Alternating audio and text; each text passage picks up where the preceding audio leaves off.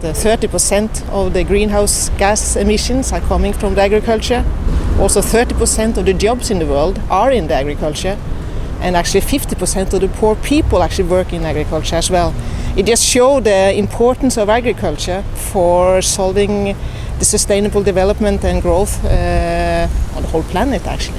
That is also why it's so good to be here and see that agriculture really have come very, very high up on the agenda, and that the challenges that also can be solved by have more knowledge to the producer of the food in the world, but also more access to the market. There's a great potential to then also meet the challenge of producing as much food in the next 50 years as we have done in the past 10,000 years, because we know there's a great potential there, both in terms of more efficient use of land, but also more efficient distribution of the food that can be produced on the Arab land.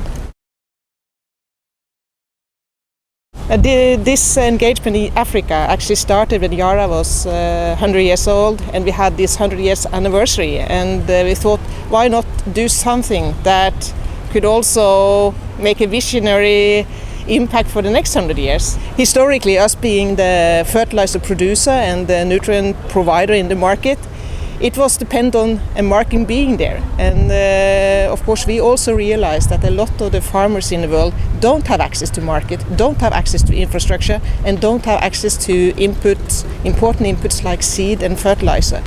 And this is just a part of the whole growth corridor concept, which also involved financing, it involved electricity, it involved all the infrastructure that a farmer needs in order to both grow more crops but also get an access to the market for the crop.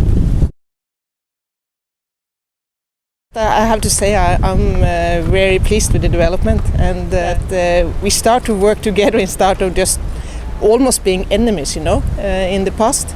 There is a lot of people who needs to really work together to make a leap step in the development of the poor farmers in the world.